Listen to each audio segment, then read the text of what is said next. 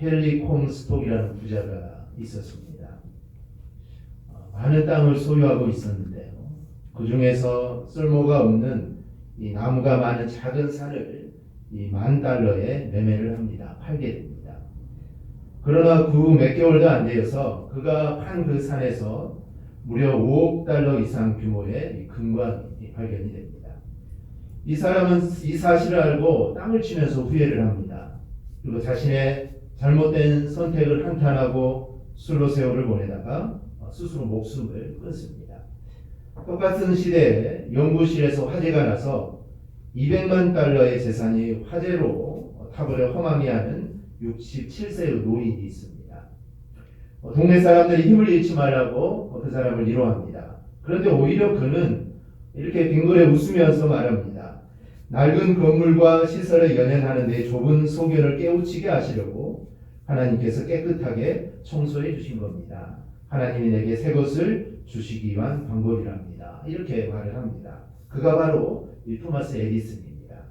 결국 에디슨은 이 화재로 인해 더 훌륭한 연구실을 가지게 되었고 또 의욕적인 활동을 펼치게 됩니다.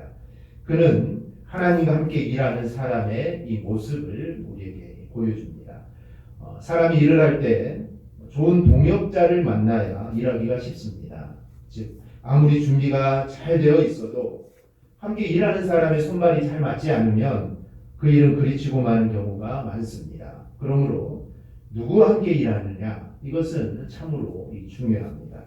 이것은 우리의 믿음 생활과 또 하나님의 일을 하는데도 동일합니다. 우리가 교회 안에서 여러 가지 분야에서 우리가 봉사를 하고 일을 합니다. 나 혼자 열심히 할 수도 있습니다.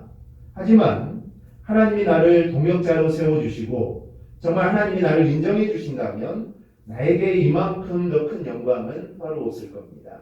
고린도전서 3장 9절을 보면 우리는 하나님의 동역자들이요 라고 말을 합니다. 즉 우리가 하나님의 동역자로 저와 여러분들은 다 세움을 입었습니다. 즉 하나님과 함께 일하는 사람으로 하나님이 우리를 높여주셨습니다.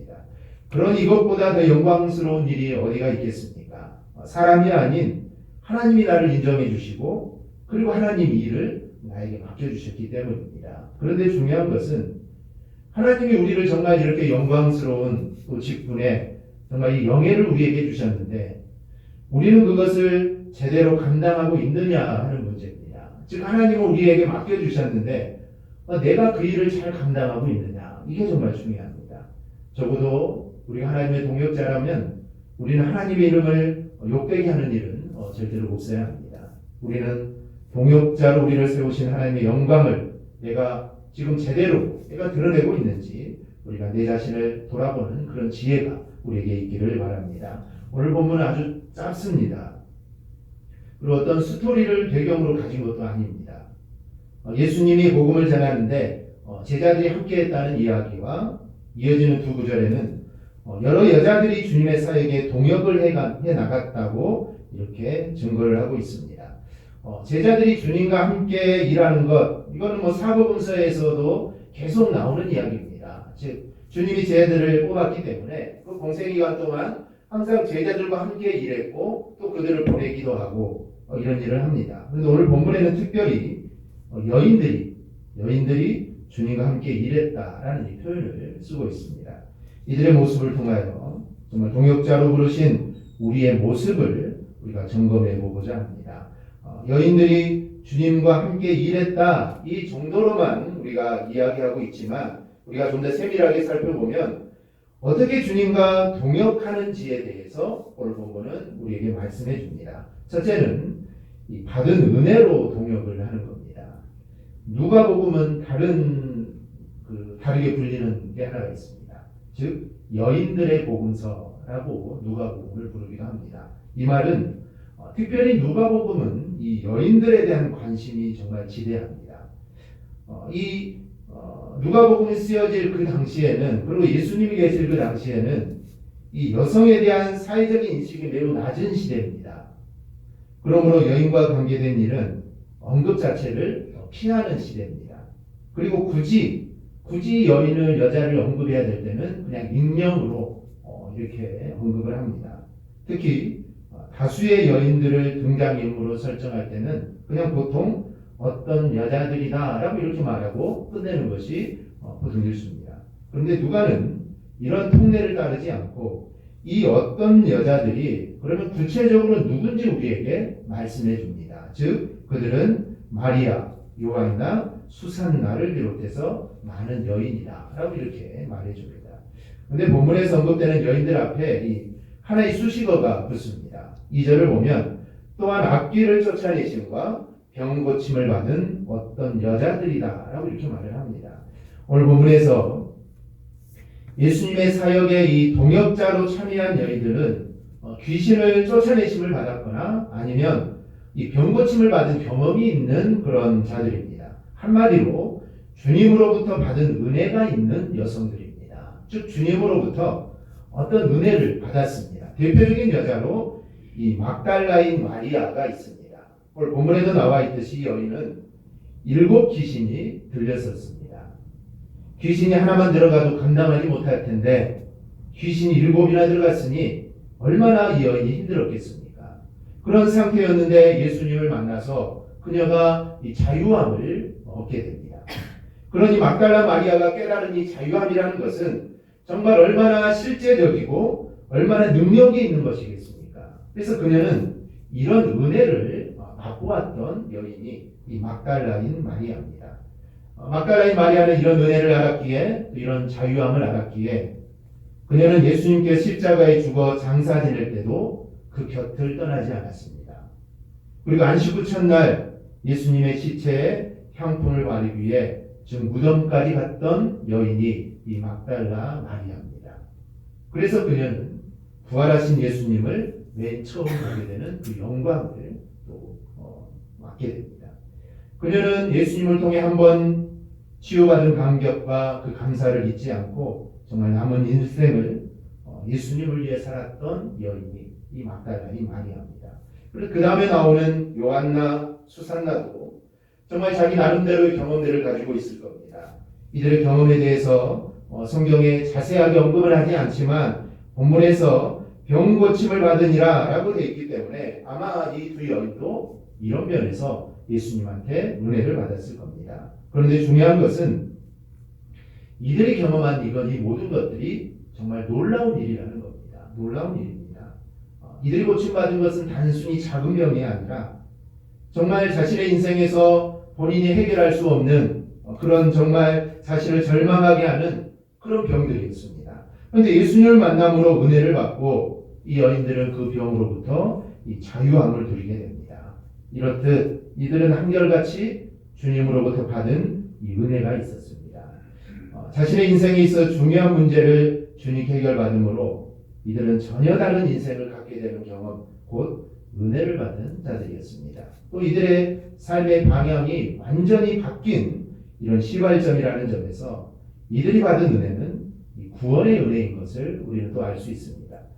사복음서에서는 예수님께서 병을 고치시거나 이 귀신을 내쫓아 주시는 이야기가 여러 군데 나오는데요.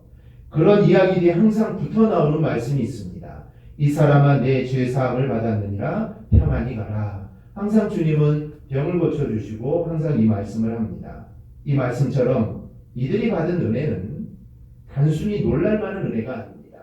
그들에게 정말 새 생명이 주어지는 이 구원의 은혜였습니다. 우리가 병 고침을 받는다고 해서 주님께 다 헌신하는 것은 아닙니다.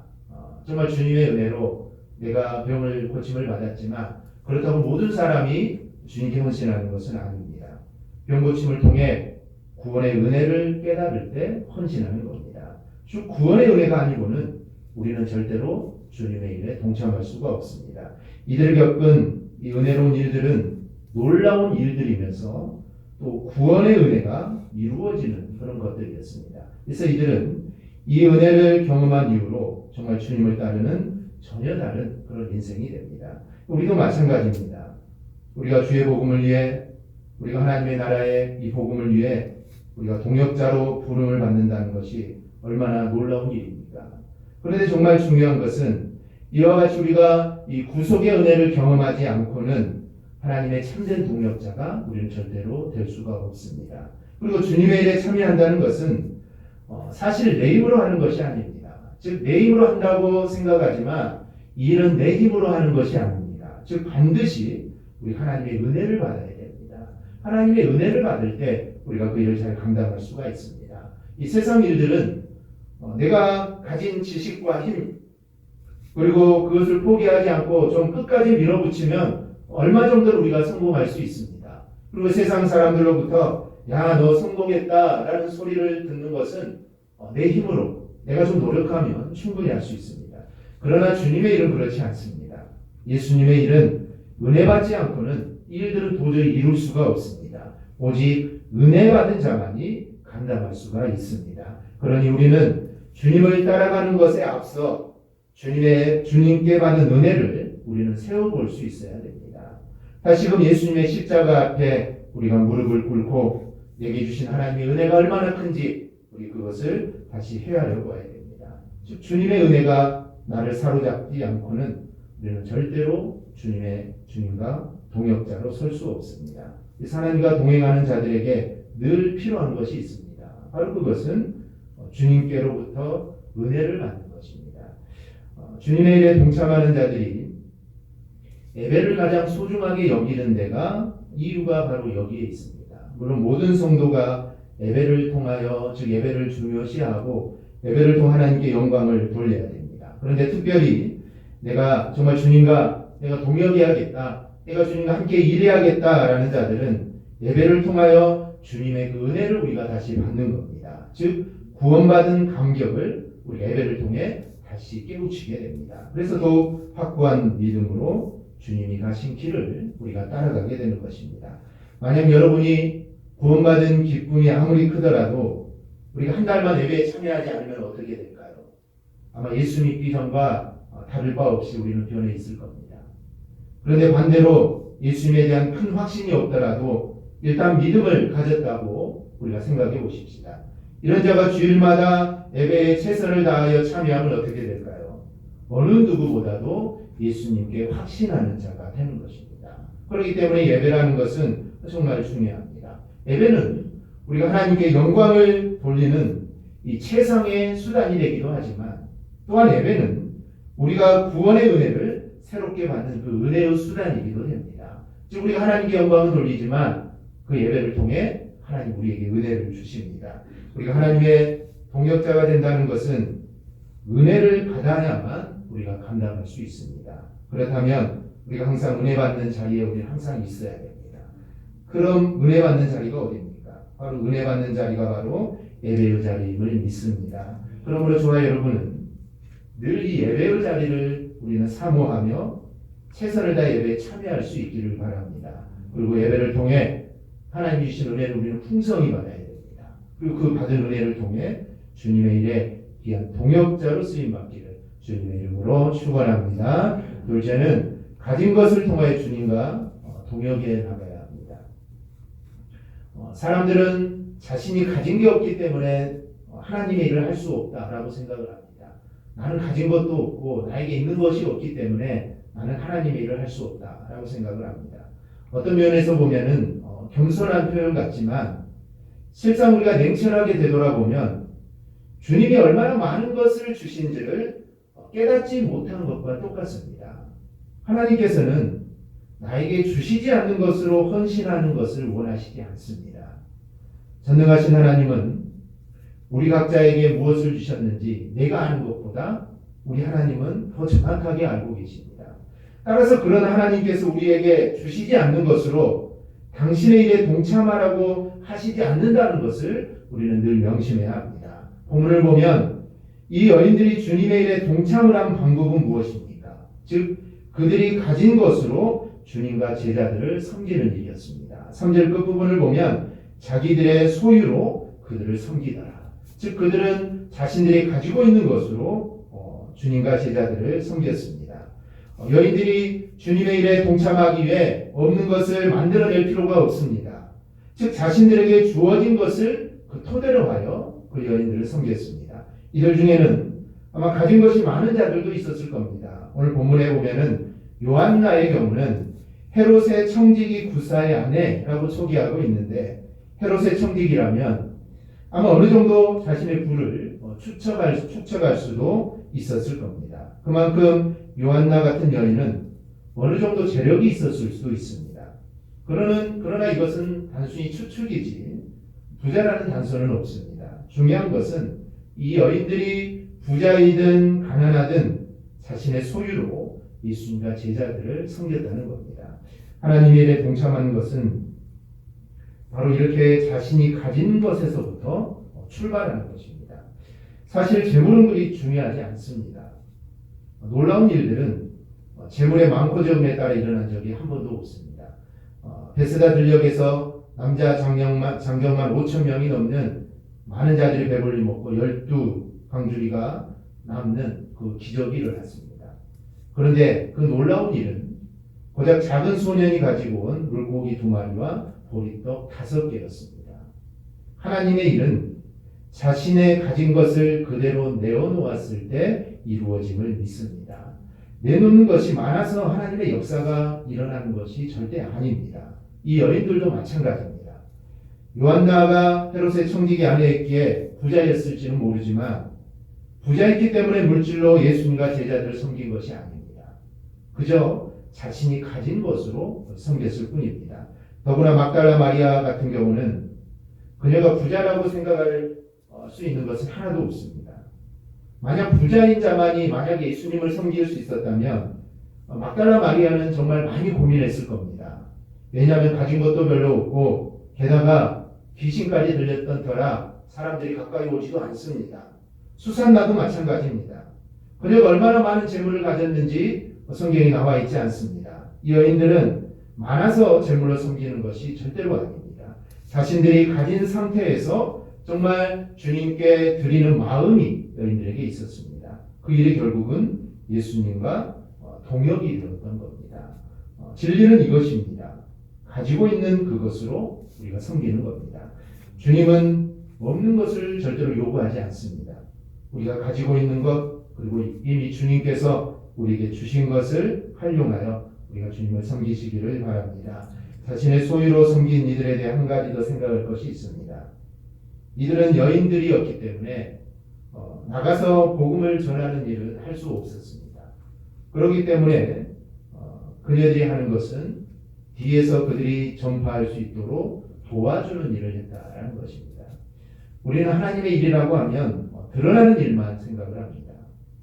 헌신한다고 하면 목사가 되고 선교사로 나가는 것만 우리는 생각을 합니다. 그러나 하나님이 바라시는 동역은 그렇지 않습니다. 다 목회자고 다 선교사면 어떻게 되겠습니까? 우리가 할 수 있는 일을 우리가 하시기를 바랍니다. 이 땅에는 선교사가 부족해서 또 목회자가 부족해서 복음이 전파되지 않는 것이 아닙니다. 그보다는 정말 선교사들의 사역을 뒤에서 헌신하는 자들이 없어서 아마 복음 전파가 더딘지도 모릅니다. 그런 면에서 이 여인들은 자신들이 가진 것에서부터 섬기는 일을 했다는 점을 바로 우리는 배워야 합니다. 하나님 우리에게 다양한 것을 주셨습니다. 어떤 이에게는 지식을 주셨습니다. 이 사람은 지식으로 주님과 동역을 해야 됩니다. 성경을 쉽게 이해할 수 있도록 책을 펴낼 수도 있고 아니면 그 지식으로 좋은 목회자들을 또 배출해낼 수도 있습니다. 또 어떤 이들에게는 좋은 목소리를 또 주셨습니다.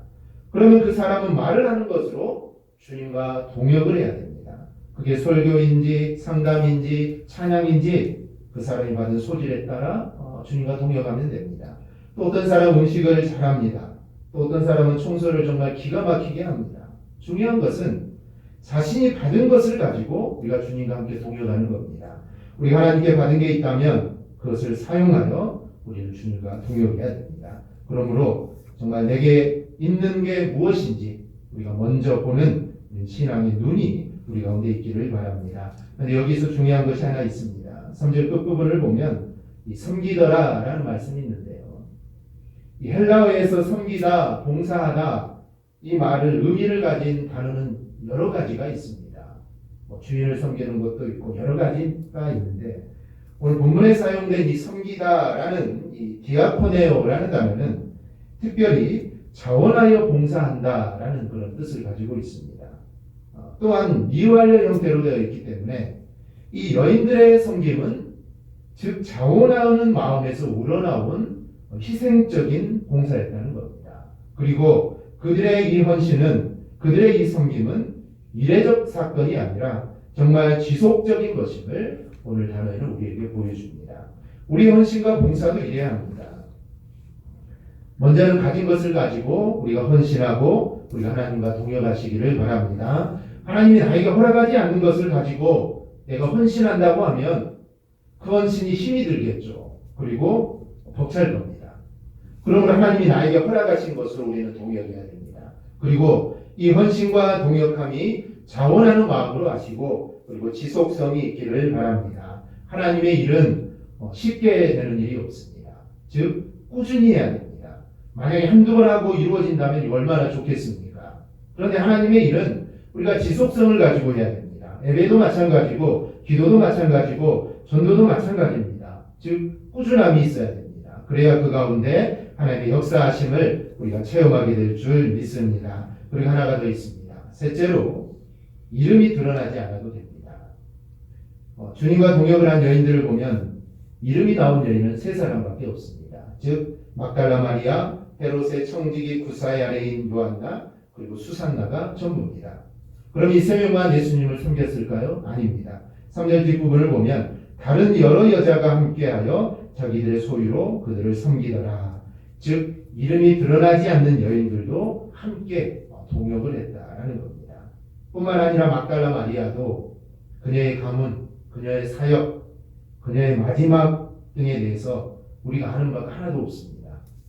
어찌하면 이름만 드러날 뿐이지 자세한 역사가 없습니다. 즉 알려진 것이 없습니다. 요한나도 마찬가지입니다. 헤롯의 청지기 구사의 아내라는 것밖에 우리가 알고 있는 게 없습니다. 수산나는 이름만 나옵니다. 다른 아무 것이 없습니다. 이 수산나의 뜻은 백합이라는 그런 뜻인데요. 그러면 그녀가 아마 내면적으로나 외면적으로 정말 부드럽고 아름다운 여인이었을 것이다 라고 우리가 추정할 수가 있습니다. 하지만 그녀가 어떤 일을 했는지 구체적으로 이야기하지 않습니다. 이렇게 보면은 예수님의 일에 동참하는 여인들을 이야기하고 있지만 그녀들의 이름이나 한 일에 대해서 더 많은 정보들을 우리에게 제공하지 않습니다. 이름조차 언급되지 않아서 그냥 여자다, 그냥 여인이다 이렇게 말을 합니다. 그렇다면 성경은 왜 그들의 행적에 대해서 기록하고 있지 않을까요? 즉 주님과 함께 동역을 했으니 그 이후에 그녀들이 어떠한 삶을 살았는지 만약에 성경에 더 기록해놨다면 우리에게 더 신앙이 많은 모범들이 될 텐데 성경은 그걸 기록하지 않습니다. 기록하지 않는 이유는 그게 바로 주님과 동역하는 방법이기 때문입니다. 우리가 주님과 함께하는 방법이 바로 이겁니다. 우리는 이름이 드러난 일에 우리는 관심을 갖습니다. 하지만 하나님의 일에 쓰임을 받는 것은 이름이 드러나는 것과는 거리가 멉니다. 이름이 드러나지 않아도 마땅히 해야 할 일이라고 여겨지는 일에 헌신하는 것이 바로 우리가 주님과 동역하는 자의 자세임을 우리가 잊지 않기를 바랍니다. 우리가 주님의 일을 한다고 할 때 가져야 할 마인드가 바로 이것입니다. 나를 드러내는 것이 아니라 내가 주님의 이름으로 감당해야 할 게 무엇인지 우리가 우리의 눈으로 보는 겁니다. 그래서 주님의 일을 할 때 나는 드러나지 않아도 그 하나님의 일을 감당하는 자, 바로 이런 자를 우리 하나님이 정말 기뻐하십니다. 우리 사랑하는 성도 여러분, 우리는 모두 하나님의 동역자, 또 예수 그리스도의 다 동역자들입니다. 뿐만 아니라 여러분은 목회자인 저의 동역자들이기도 합니다. 그러면 우리는 함께 주님의 일을 감당하는 자들입니다. 그렇다면 주님의 일을 감당하기 위하여 우리는 은혜 안에 머무는 우리의 자신이 먼저 되어야 됩니다. 우리의 힘과 발버둥으로 주님의 일에 동참하는 것이 아니라 주님이 주시는 은혜로 동참하는 자가 되어야 합니다. 그리고 우리가 주님께로부터 받은 것을 사용하는 것으로 우리는 동역을 해야 됩니다. 거창하지 않아도 됩니다. 거창할 필요도 없습니다. 즉 받은 것을 헤아려보고 내가 주님께 무엇을 받았을까? 그 받은 것을 다시 주님께 드리면 됩니다. 이름이 드러나지 않아도 우리가 하나님이 원하시는 일들만 우리가 하면 됩니다. 그러면 역사는 주님이 이루어 가십니다. 우리의 작은 동역이 정말 주님께 쓰임받는 모습들이 되기를 주님의 이름으로 축원합니다. 말씀을 맺습니다. 오늘 본문을 보면 주님으로부터 말씀이나 치유 등을 통해 여러 가지 은혜를 받았던 이 여인들은 단지 말과 혀로만이 아니라 자기의 소유를 들어 주님의 사역을 도왔습니다. 그리고 주님께서도 이들의 정성을 기뻐 받으셨습니다. 그리고 사역의 힘을 얻으셨을 뿐만 아니라 그들에게 하나님의 동역자가 되는 그 특권을 이 여인들에게 베풀어 주셨습니다. 이처럼 하나님의 은혜를 입은 우리 역시 말과 혀로만이 아니라 정말 실제적인 헌신을 통해 하나님을 섬기는 성도들이 되어야 합니다. 뿐만 아니라 서로 하나님을 통해 받은 은혜를 우리는 서로 나누기도 하고 그리고 또 받기도 하는 그런 아름다운 공동체를 우리는 이루어 가야 합니다. 즉 하나님께 받은 은혜들은 서로 나누어야 됩니다. 그리고 또 다른 성도의 은혜를 서로 받기도 하는 그런 공동체가 되어야 됩니다. 그리하여 정말 이 땅에 하나님의 나라를 정말 확장해 나가는 그런 부족함이 없는 우리의 삶이 되어야 됩니다. 이 여인들의 헌신을 통해 또 이 여인들의 이 동역을 통해 하나님의 나라는 계속 확장되어 가는 것입니다. 조금씩 확장되어 가는 것입니다. 마찬가지로 우리의 헌신과 우리의 수고와 우리의 동역을 통해 하나님의 나라는 계속 확장되어 가는 것입니다. 이것이 바로 주님이 이 땅에 오신 목적이요 우리가 이루어야 될 일들입니다. 그러기에 우리가 헌신하고 주님과 함께 일하는 것입니다. 우리가 오늘 말씀을 기억하고 우리가 정말 하나님의 나라의 확장을 위해 우리가 귀하게 쓰임받는 저와 여러분이 꼭 되기를 주님의 이름으로 축원합니다. 아멘. 기도하겠습니다.